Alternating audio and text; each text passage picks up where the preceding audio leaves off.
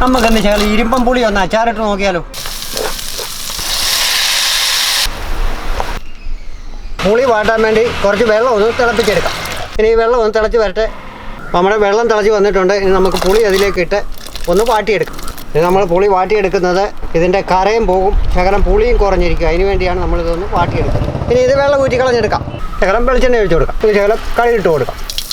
വലിയ ഒരു കൂടം വെളുത്തുള്ളി, ഒരു വലിയ കഷ്ണം ഇഞ്ചി ചതച്ചെടുത്തിട്ടുണ്ട്. ഒരു 10-15 പച്ചമുളക്. ഞാനിത് വെള്ളയ്ക്കായി ഇടുന്നത്. ഒരു ശകലം കരിയാപ്പില ഇട്ട് കൊടുക്കാം. നമുക്ക് വാട്ടി വെച്ചിരിക്കുന്ന പുളി ഇതിലേക്ക് ഇട്ട് കൊടുക്കാം. 1/2 സ്പൂൺ മഞ്ഞൾപ്പൊടി ഇട്ട് കൊടുക്കാം. ഇത് നമുക്ക് ഇതിലേക്ക് ചില ഉലുവാപ്പൊടി, കായപ്പൊടി ഇട്ട് കൊടുക്കാം. ഒരു 3 സ്പൂണ് ഉപ്പിടാം. നമുക്ക് ഇതിലേക്ക് ഒരു 1/2 കപ്പ് വിനാഗിരി ഒഴിച്ചു കൊടുക്കും. അപ്പോൾ നമ്മുടെ ഇരുമ്പം പുളി അച്ചാർ റെഡിയായി കഴിഞ്ഞു.